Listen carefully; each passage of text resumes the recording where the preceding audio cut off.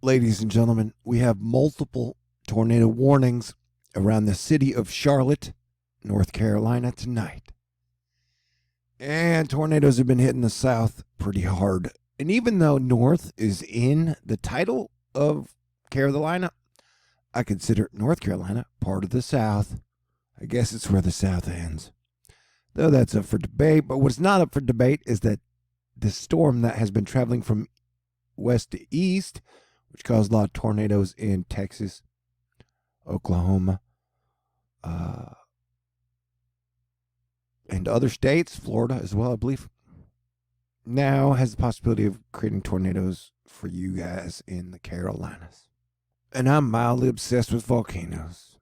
Technically, I'm mildly obsessed with a lot of things. And so one area, earthquakes also. There's this heat, dry patch in the Caribbeans off of Africa into the Mexicos. It is of interest. And if you'll notice, most of the storms and the precipitation, it goes around it at the top half, and at the bottom half, the moisture more comes out of the core, it seems like. So this is the storm we're watching now. And it still looks like they're punching holes in the storms. See, there's a hole here and a hole here. So the storms don't seem to be as dangerous and damaging on a big storm level as they were in, like, let's say 2019, 2018, 2017. But what was that? See that? Boom. Conspiracy theory the crap out of everything. That is a giant circle into Pennsylvania. Did you see that? That was crazy. We're going to zoom in. You and I together. Yeah, who knows? Like maybe that's their pressure hole puncher right there. Who knows? But the storms in their size and ability have not been as damaging. And I'm not trying to make anybody stand down on guard in North Carolina tonight. I'm saying overall, this giant storm that punches us in the face, that seems like they've been punching holes in them or steering them off the coast or whatever. But here we go. Here is our big conspiracy theory. Go crazy, tinfoil hat wearers. Although nobody really wears tinfoil. It's very uncomfortable, especially if you chew it.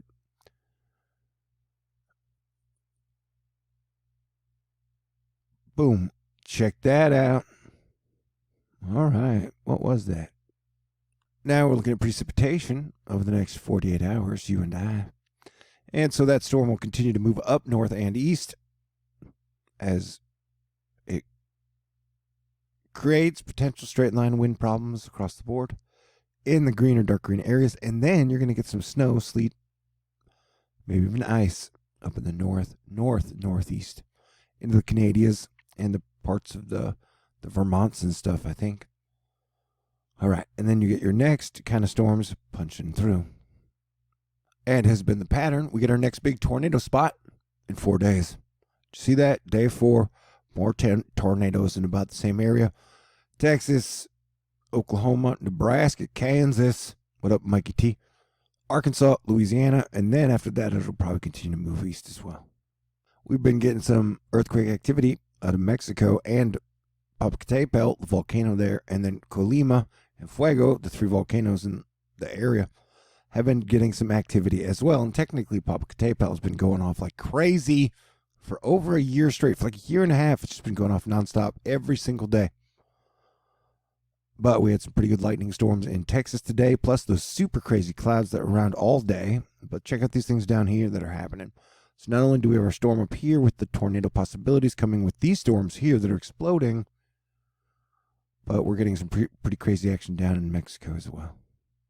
Now we're going into digital weather fantasy land and taking a look at what could be happening over the next 16 days as far as weather modeling and state-of-the-art goes. We're definitely looking at a wave after wave pattern. And Craig, weather guys, confirmed that, basically saying, yeah, dude, it's going to be storm after storm after storm. And so you'll get a tornado storm about every 4 days. And I bet 2020 is going to break tornado records. We're going to have a lot of tornadoes this year. What is the hurricane season going to be? I don't even know.